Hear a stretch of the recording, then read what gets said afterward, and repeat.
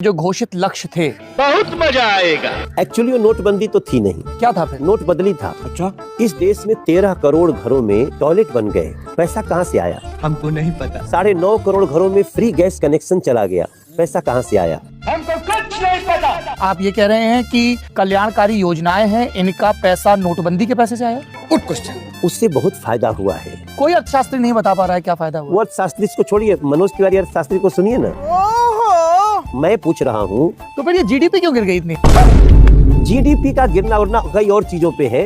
अबे साले, खुद मोदी जी ने कारोबारियों से कहा, तारीफ मत करिए, खुलकर आलोचना करिए, सही सही फीडबैक दीजिए। मोदी जी की यही खासियत है। पर जीडीपी, हाँ ठीक है, लेकिन पूरे विश्व की जीडीपी गई है। जाते किसके जमाने में बना था गाना? हमारे जमाने में बना था। हमारे जमाने में बना था। महत्वपूर्ण बात यह है कि हमने बनने दिया था, हमने पाबंदी नहीं लगाई थी। आज आप गाना लिख दीजिए, महंगाई पे जेल चले जाइएगा। अरे आप इतना तो बोल रहे हैं, कह रहे हैं बोलने नहीं दिया जा रहा है। हम बोल रहे हैं। अरे आप कौन हैं? हम तुम्हारे पापा हैं। कितने पत्रकार जेल गए आपको नहीं पता है? हमको नहीं पता।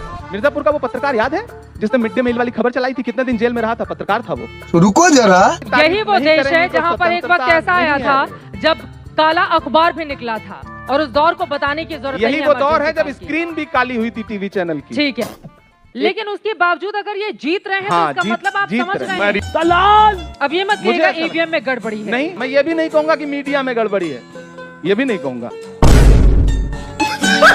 वादा किया है तो वो वादा पूरा हुआ है। ये मोदी जी की गारंटी है। लो, और 2 करोड़ तो मैं बोल रोजगार ले लो। मैडम, मैं 2022 अरविंद केजरीवाल तक का मकान सबको मिलेगा। मैंने आज मैं इनका जो मैनिफेस्टो आया है वो इसी में लेके आया था। दुगनी होगी। की कब्र के ऊपर 1959 में नेहरू जी गए। चुप कर बे कुत्ते। बाबर की कब्र पे 1968 में इंदिरा गांधी गई। कौन है? बाबर की कब्र पे मनमोहन सिंह के साथ ये गए राहुल गांधी 2005 में। अभी बता दे भाई, अभी बता दे। बिना न्योता लपके बिरयानी और सिवई खाने गए हमारे देश के प्रधानमंत्री लाहौर। क्यों गए?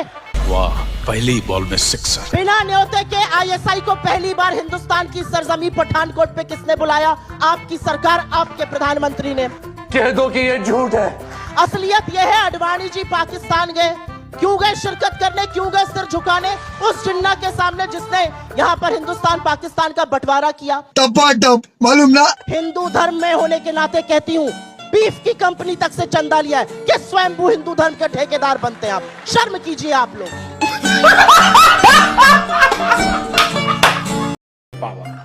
पूरा युग बदल चुका है। कुछ समझे दया?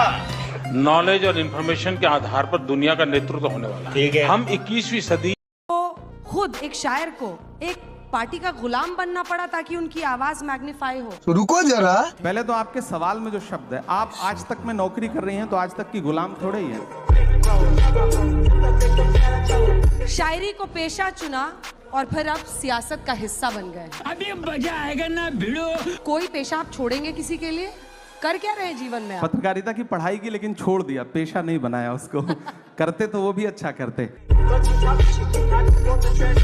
वो जिसका जिक्र फसाने में था ही नहीं, वो बात इन साहब को बड़ा नागवार गुजरी है। कैसी अब बैठे भी हमारे मंच पे हैं। अच्छा, हम यहाँ अगर आए हैं ना तो आपने हमें बुलाया है, हम तब आए हैं। कितने सांचों में ढल के आए हैं, ख्वाब की तरह पल के आए हैं। तुम सिफारिश से जहां पहुंचे हो, हम वहां खुद ही चल के आए हैं।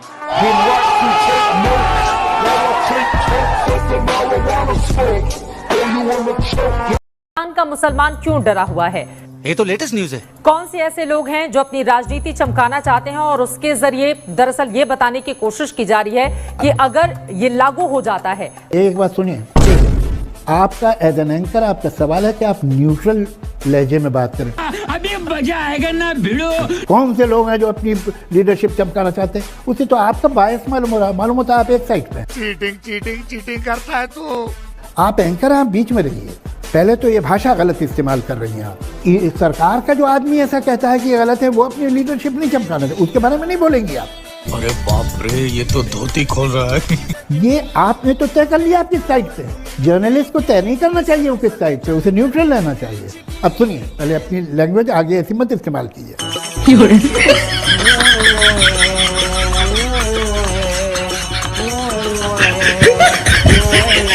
की शादी उर्फी जावेद से करवा दो। भाई साहब इधर सुनिए, दोनों कोई एक तरफ कॉमेडी, एक तरफ ड्रामा, एक तरफ एक्शन हो। अबे साले तभी क्योंकि भारत जोड़ो आंदोलन में जो भारत कभी टूटा नहीं, वो भी टी शर्ट खोल के चलता है। और उर्फी जावेद का तो आपको पता ही नहीं, उसका जवाब ही नहीं है। अभी बताता है भाई, अभी बताता है। कितना परेशानी है एक युवा नेता को। क्या क्या क्या जावेद से कम नहीं है वो भी। नहीं उर्फी जावेद और मोदी जी एक जैसे है क्या?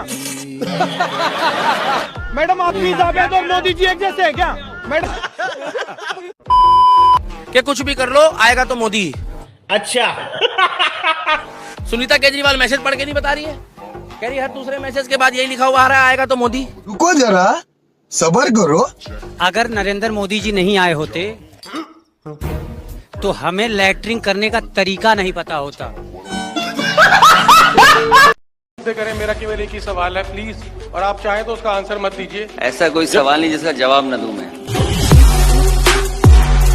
आपने कहा देश का ये हाल है, युवा का ये हाल है, एजुकेशन है नहीं, आजादी के बाद होनी चाहिए थी। तू है कौन रे? आपने जब अपना करियर स्टार्ट किया तब आपकी घर की इनकम कितनी थी और आज आपकी इनकम कितनी है? अभी बताता है भाई, अभी बताता है। मैं इनसे जानना चाहता हूँ कि ये किस लिए जानना चाहते हैं, मेरी इनकम बताओ। I'll answer him। और आपको इनकम जाननी है मेरी में। मैं 20 साल से ज्यादा सीबीआई की जांच में रहा हूँ। So if you have to check my balance sheet, go to CBI office, go to income tax office, and don't bullshit here. और मैं तो चलो अपनी इनकम बताऊं न बताऊं, कभी इनकम उनकी भी पूछ लेना जो ये कहते रहे हों कि मैं झोला लेकर के चला जाऊंगा।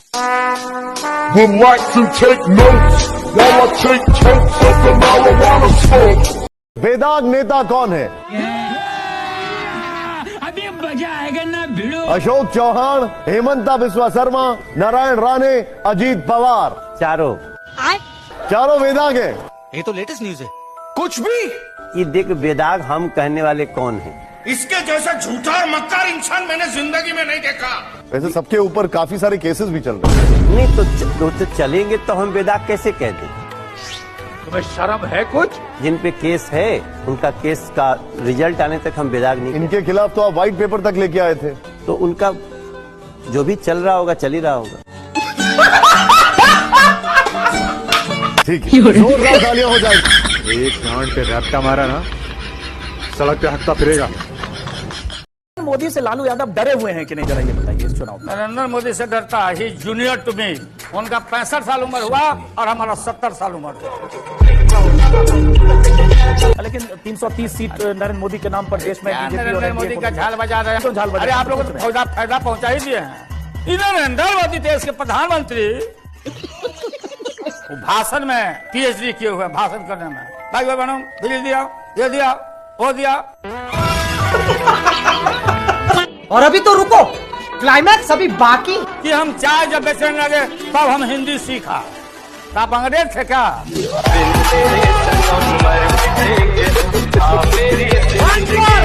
में विकास दिखता है। अरे अंधी है क्या? ये बात तो मुझे आपसे पूछनी चाहिए। मुझे दिखता है सर। तो अगर आपको लखनऊ में विकास दिखता है, जो कुछ अपनी आंखों से आपने देखा होगा वो सब समाजवादी पार्टी की सरकार का होगा।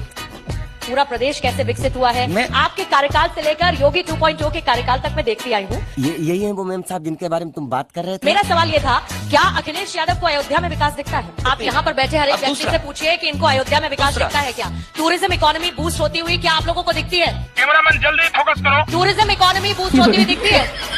ये आगे से ना पीछे से हाँ, तो इसको मिक्स ले लेते हैं। आँख का चश्मा बदलना चाहिए, आईसेट चेक करानी चाहिए। किसी को दिखता है और किसी को नहीं दिखता है। टोपा होगा एकदम। पूरे उत्तर प्रदेश में कोई तो ऐसा काम होगा योगी आदित्यनाथ सरकार का जो अखिलेश यादव को लगता हो कि नहीं भाई बढ़िया हुआ है। बढ़िया हुआ है काम। क्या हुआ? ट्रैफिक सिपाहियों से ज्यादा सड़कों पे सांड दिख रहे हैं।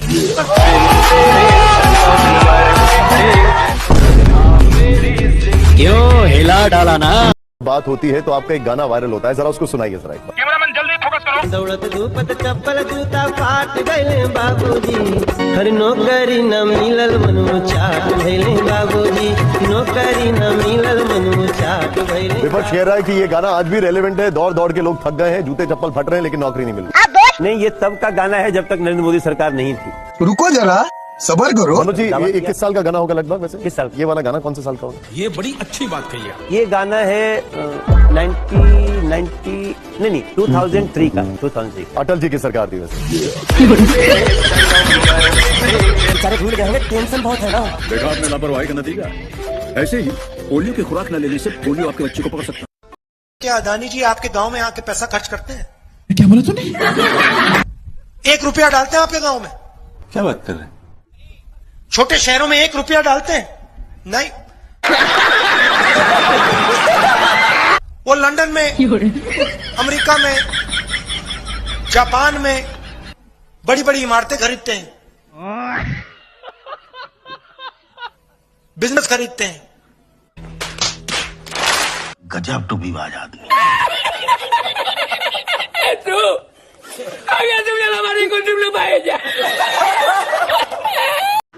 बच गया।